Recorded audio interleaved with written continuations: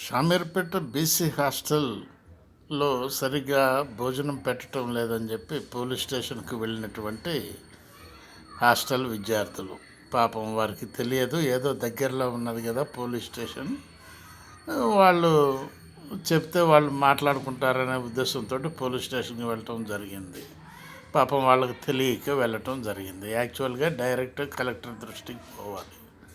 సరే, anyhow police స్టేషన్కి వెళ్ళిన తర్వాత వాళ్ళు పోలీసులు కూడా స్పందించి పోలీస్ స్టేషన్ అధికారులు బీసీ వెల్ఫేర్ అధికారులకు చెప్పడం జరిగింది. అయితే బీసీ వెల్ఫేర్ అధికారులు చేసినటువంటి తప్పు ఏంటంటే, వాళ్ళు హాస్టల్కు విజిట్ చేసి ఇమ్మీడియట్గా హాస్టల్ వార్డెన్ సస్పెండ్ చేయాలి.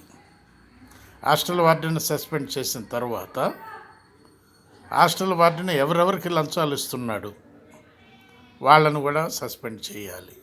ఈ విధంగా ఇంట్రాగేషన్ చేయాలి. ఇంట్రాగేషన్ చేసి రిమూవ్ ఫ్రమ్ ద సర్వీస్ అది చేయాలి. కానీ ప్రస్తుతం ప్రభుత్వం ఆ విధంగా చేయటం లేదు. మరి ఎందుకు చేయటం లేదో అర్థం కావటం లేదు ప్రజలందరికీ. Comment please. బాలసాని వీరప్రసాద్, హైదరాబాద్.